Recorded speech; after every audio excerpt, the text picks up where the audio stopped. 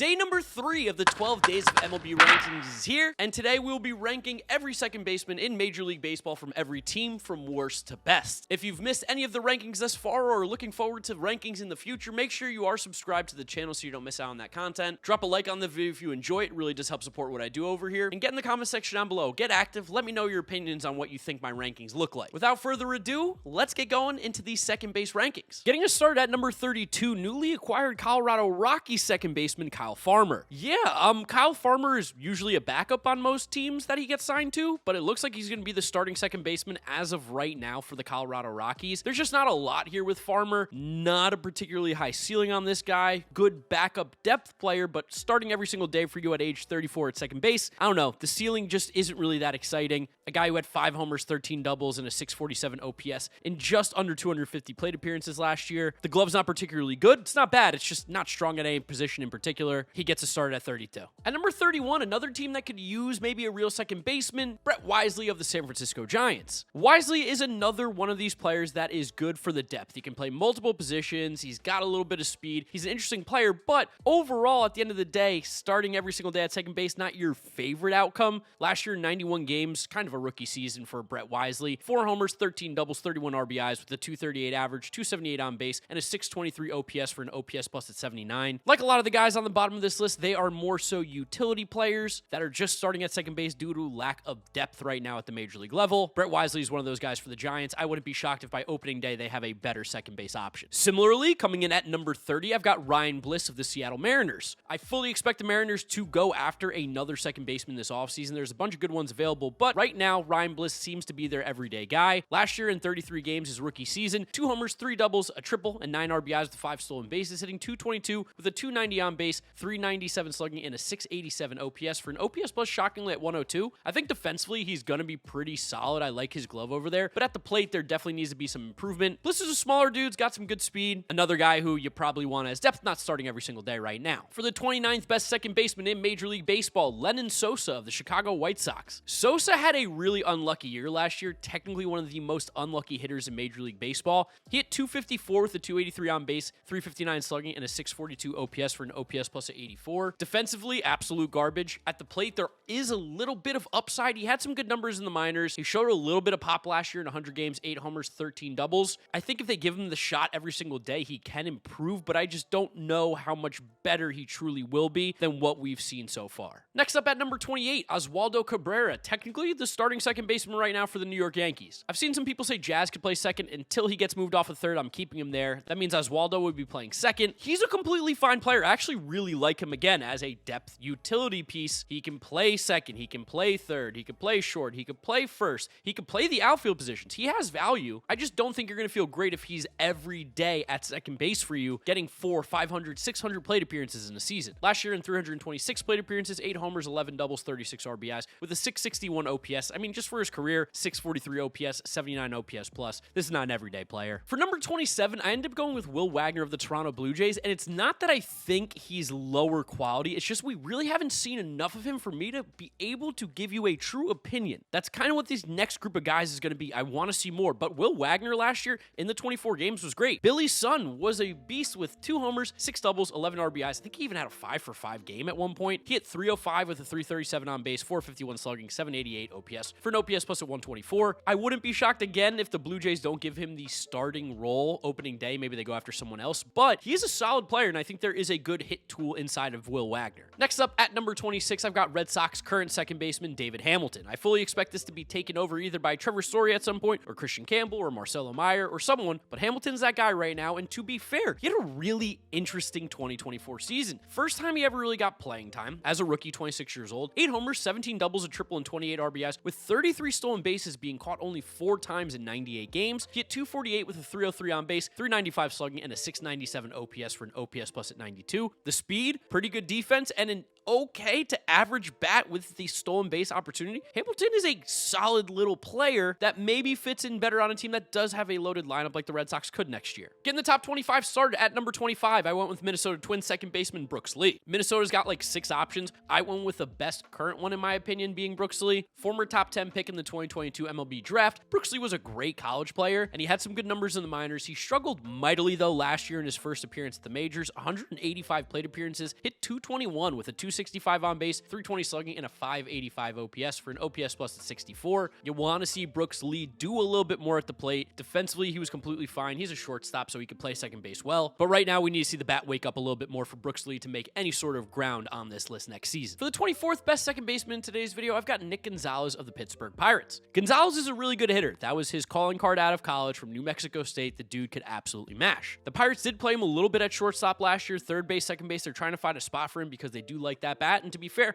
there are some good things there. A 270 average, 311 on base, 398 slugging for a 709 OPS plus at 96. So he was just slightly below average as a hitter last year. He had moments where he was scalding hot, would be an extra base king. He had 7 homers, 19 doubles, and 3 triples in those 94 games, 49 RBIs. I think he's definitely going to be able to hit the major league level. It's just now about finding a real position for him. Second base could be the best place for him. Maybe I'm being a little aggressive here, but at number 23, I've got Jackson Holliday of the Baltimore Orioles, and this is simply off of projections because last year, let's be honest, Jackson Holliday struggled a lot. He looked terrible as a 20-year-old in his rookie season, 208 plate appearances, 5 homers, 4 doubles, 2 triples, 23 RBIs with 4 stolen bases. He only hit 189 with a 255 on base, 311 slugging, and an OPS at 566. So it was not great for him last year at the major league level. But in the minors, he's put up such crazy good numbers. He's been one of the more talented hitting prospects that we've seen come through the systems in the last few years. He flew through the minors. I think it might have been a little premature bringing him up last year. I respect trying for it. But now going into spring training, knowing second base is yours, I expect Jackson Holliday to have a big bounce back season and show that true talent we saw when he went number 1 overall in 2022. First drop in today's video at number 22, I've got Zach Geloff of the Oakland A's. Geloff just did not have a good year. All the stuff that went right in 2023 went wrong in 2024. The concerns with Geloff was always the chase rate, the swing and miss, the patience at the plate, and he just completely threw it out the window last season. In 2023, he walked 26 times in 69 games. Last year in 2024, double the games. He walked only 12 more times at 38, and he struck out an American League worst 188 times. The power was down to 17 home runs, 20 doubles, 49 RBIs with 25 stolen bases, 211 average, 270 on base, 362 slugging, and a 632 OPS for an OPS plus 82. It just wasn't a good year for Geloff. Again, he's very talented, former second-round pick. We've seen him perform at a high level for a sample before of 70 games. I'm not ready to write him off just yet. Too talented to be as bad as he was last year. Gotta just clean up the chase and whiff rates. Just missing on the top 20 at number 21, I've got Otto Lopez of the Miami Marlins. And honestly, I'm even surprising myself putting him this high, but Otto Lopez last year statistically was one of the best defensive second basemen in the game. And being a slightly below average hitter with that amazing defense, I mean, there is some value there. Not to mention, like, he did hit 270. I know we're not batting average guys, but that's at least putting the ball in play, getting hits about a quarter of the time he's on the field. He stole 20 bases as well. I think there are some redeeming qualities of Otto Lopez. I'm interested to see what Miami's plan is with him going forward next season, because truthfully, Xavier Edwards should be the second baseman, and Otto should probably play short. Getting the top 20 started at number 20, I've got Milwaukee Brewers second baseman Bryce Terang. Bryce Terang was considered one of the worst second basemen in last year's video, but this year, he improved a lot. The offensive numbers went up, a 61 OPS plus to 85. That is quite an improvement. Still a below average hitter, but Bryce Terang stole 50 bases this year, which was towards the top of Major League Baseball. He won a Gold Glove. He had a 2.8 defensive WAR. He was arguably the best defensive second baseman in all of Major League Baseball. The dude does all the little things that help a team like the Brewers make the playoffs. He makes their team better defensively. He steals the extra base, so those singles are now becoming doubles. Bryce Terang definitely has value. I'm still not ready to put him up high in like that top 10 range just yet, but another good season, maybe improve upon the offense again. Bryce Terang can get there sooner than later. At number 19, everybody's favorite overrated Philadelphia Philly, that's going to be Bryson Stott. Yeah, I told you guys, Bryson Stott's just not the player he was in 2023. He had a really good season that year, but the peripheral numbers were not great. And what do you know? Came back down to earth. Still is a very productive player. 2.5 WAR. That's a great season for Bryson Stott. 11 homers, 19 doubles, 57 RBIs with 32 stolen bases and good defense. Fantastic. But an 89 OPS plus, that's like barely better than Bryce Terang, who's not much of a hitter. 671 OPS. The average went down to 241. The on-base percentage went down. Bryson Stott is a solid player, but I think we got to pump the brakes with where we once had him. He's more of this middle-of-the-pack second baseman than you guys thought originally. Speaking of which, dropping down here to number 18, I've got to put Jeff McNeil of the New York Mets. Now, this could be Luis Angel Acuna. This could be a lot of different players, but I ended up going with McNeil. I think when he's healthy, he will be the everyday guy. And while his numbers last year weren't great, in the second half of the season, he was back to his old self where he was a borderline really good hitter again. But overall in the year, a 97 OPS plus, again, not going to cut it for a guy whose defense is fine, but not amazing. 12 homers, 26 doubles, 44 RBIs, a 238 average is shockingly low, 308 on base, 384 slugging. He's got a lot to improve on, but from what I saw in the second half last year, I am cautiously optimistic going into the 2025 season. Still, gotta drop him down a few spots. Dropping down a few spots as well at number 17, I've got Jorge Polanco. Polanco, free agent right now. We'll see where he ends up signing. Had a horrible year in Seattle. It was terrible. Something happens when you go to that ballpark, you just don't hit well. The batter's eye's all awful. He was a dude whose OPS plus was well above 100 for the last 3 seasons. He goes to Seattle, has the worst year in a very long time for him. 118 games, 16 homers, 11 doubles, 45 RBIs with a 651 OPS, 93 OPS plus, career lows across the board. Polanco, just like many, would like to forget last season and look forward to 2025. Don't be shocked if he pops off this year on a new team. Smack in the middle here at number 16, Jake Cronenworth of San Diego Padres. Cronenworth, it's kind of hard to judge because he's played a lot of first base the last few years, went back to second base a little bit now too because Arias can't play that position really. He's fine. I think I might honestly be underrating him a little bit, but I just don't know how much better Jake Cronenworth is going to be than what we've really seen already. He's basically a league average hitter who plays league average to below league average defense on the infield, 17 homers, 29 doubles, 83 RBIs. He's a bit of a compiler, but that's still valuable, which is why he goes in the middle of the pack here. I just don't think anything jumps off the page, and I don't know if in his 31-year-old season you're going to really see Jake Cronenworth get to another level. Getting the top 15 started at number 15, I've got Gavin Lux of the Los Angeles Dodgers. Gavin Lux was starting to put it together a little bit last year. There was a lot of glimpses of where you could see Gavin Lux being a very good player. Like, his numbers in the second half were awesome. In 61 games, 7 homers, 16 doubles, 26 RBIs with an 899 OPS, 304 average. Like, there's a world where Gavin Lux next year completely pops off and the Dodgers get even better, which is scary. Overall in the year, the slash line was fine. 251, 320, 383, and 703 for an OPS plus at 101. He's got pop. The glove was a little bit weird earlier in the year, but I think he figured that out. He's a solid little player. For the 14th best second baseman in Major League Baseball, Bengals' favorite second baseman, Colt Keith of the Detroit Tigers. Keith, similarly to Lux, had a tale of 2 seasons. There were times where he was ice cold. There was times where he was on fire. And while the second half wasn't as strong, you look at certain months. In the month of July, he had a 1048 OPS. In the month of May, he had an 881. There's a good hitter somewhere inside Colt Keith. He dropped a leg kick, went to a toe tap. It did help him out a bunch. While defensively, there are things to work on there for Colt Keith. 13 homers, 15 doubles, 61 RBIs, and a near 700 OPS. Those are good enough numbers at age 22 in his rookie year to make me believe he's going to get better next year. At number 13, Luis Rengifo of the Los Angeles Angels. Rengifo is really kind of coming on to be a decent little player. Third year in a row where he's finished with an OPS plus above 100. Last year, he only played in 78 games, but his OPS plus was 116, the highest of his career. He hit 300 with a 347 on base, 417 slugging, 763 OPS. The power is getting a little bit stronger. He stole 24 bags as well. We know he's a pretty decent defender up the middle. Rengifo is a sneaky good player. If the Angels were smart, he's an upcoming free agent next year. You gotta trade him. Cash in on that Rengifo value. You're not winning anything this year. He can help some teams win right now and could get you some good prospects back, I think. Or at least a prospect back. Dropping down 3 spots here at number 12, I've got Gleyber Torres, formerly of the New York Yankees. Gleyber just kind of is an annoying player because sometimes he's good, sometimes he's not. Sometimes he cares, sometimes he doesn't. Sometimes he has great at-bats, sometimes he swings and misses at 3 straight sliders or he swings at pitches above his head. He is a frustrating player to watch. Last year was bad.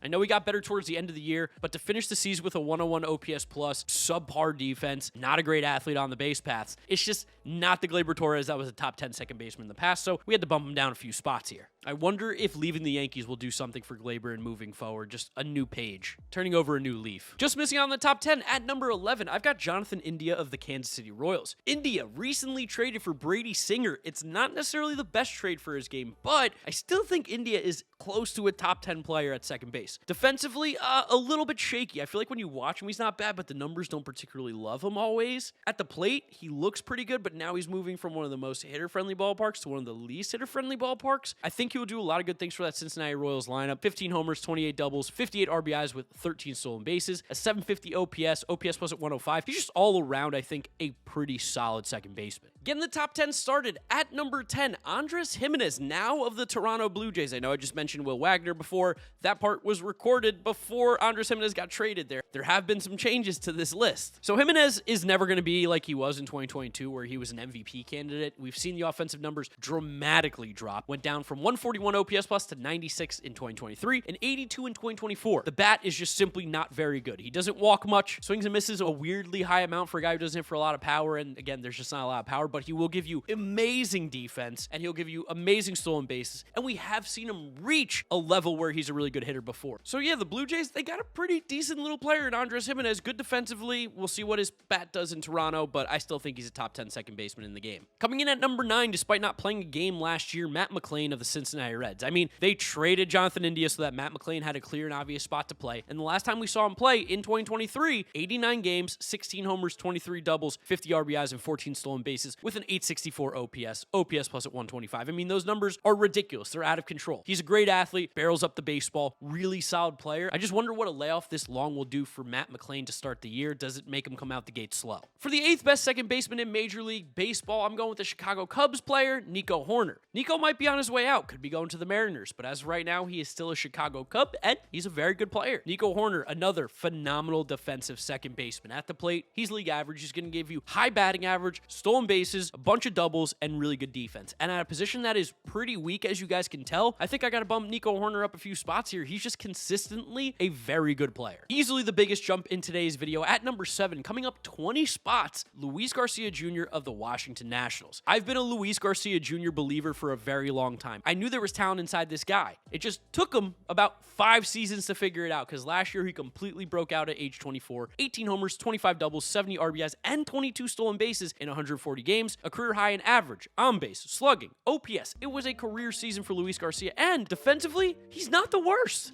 So you're getting a pretty good bat at the second base position. He's only 24 years old, turning 25 in May. Luis Garcia is really good. I think people should get hip to this guy. Just missing on the top 5 at number 6, I've got Brendan Donovan of the St. Louis Cardinals. I think Donovan might just be a good player. He kind of took over for Tommy Edman a little bit. They kicked him out of town because they just might have a better version right now in Brendan Donovan. He's kind of an extra base hit machine. I mean, 14 homers isn't crazy, but for a guy who's contact first at 14 homers, 34 doubles, and a few triples while driving in 73 runs, like that's really good for the Cardinals. 278 average, 342 on base, 417 slugging, 759 OPS for an OPS plus at 112. Again, the value with him is that he played 4 different positions last year: second base, third base, left field, and right field. I think he just might be a really good player. So I'm going to put him close to the top 5 here. Literally as close as he could get without being in it. Because getting the top 5 started at number 5, up 13 spots from last year, I've got Brandon Lau of the Tampa Bay Rays. Don't be surprised if Brandon Lau gets traded. The Rays don't want to pay that contract. He's got some value. The dude absolutely mashes, and he did it again last year. He refuses to play a full season. The one time he did, what do you know? He got MVP votes. But the last 2 years, he's played under 110 games each. But just like 2023, 21 homers, 19 doubles, 58 RBIs with a 244 average, 311 on base, 473 slugging, and a 783 OPS for an OPS plus at 121.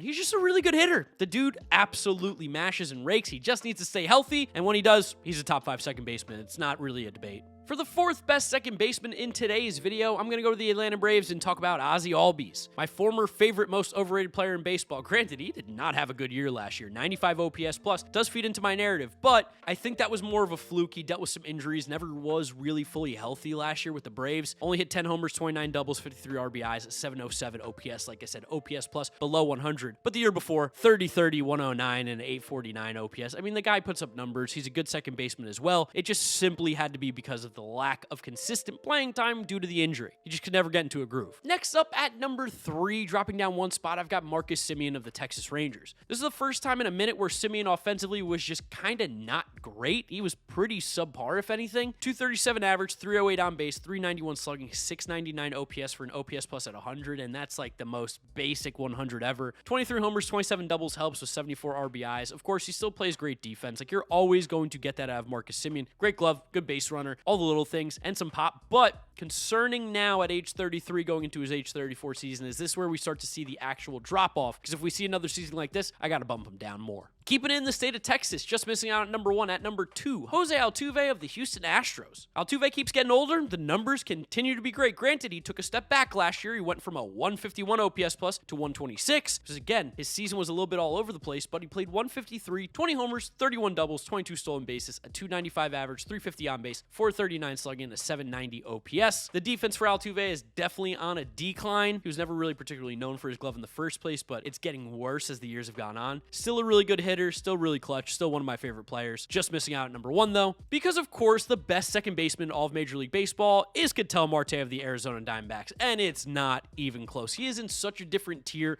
than every other second baseman right now. Last year, Ketel Marte finished 3rd in the MVP voting, was an all-star game player, Silver Slugger, 36 homers, 23 doubles, 95 RBIs with 7 stolen bases, hitting 292 with a 372 on base, 560 slugging, and a 932 OPS for an OPS plus at 155. Oh, and defensively, Ketel Marte, he's great at second base. He's a fantastic base runner. The dude is yoked. He crushes baseballs. He carries this Arizona Diamondbacks team. He's such a beast. I'm glad he's truly finally being recognized as one of the better players in Major League Baseball, because he had been a little bit slept on the last few years, but he is without a doubt the best second baseman in the league. So there they are, my rankings for every second baseman for the 2025 season. I'd love to know what you guys are thinking about them down in the comment section below. Do you agree with me? Do you disagree with me? Drop a like on the video if you enjoyed it, as well as subscribe so you don't miss out on any of the videos or rankings coming at you. Follow me on my social media, GiraffeNeckMarc. Links are in the description, and that's where I'll wrap it up. You guys know the drill from here on out. YouTube recommends you watch this video. This is my most recent upload. Click through those if you have not yet seen them. Thank you guys for watching. I'll see you guys all tomorrow for the third base rankings. Can't wait.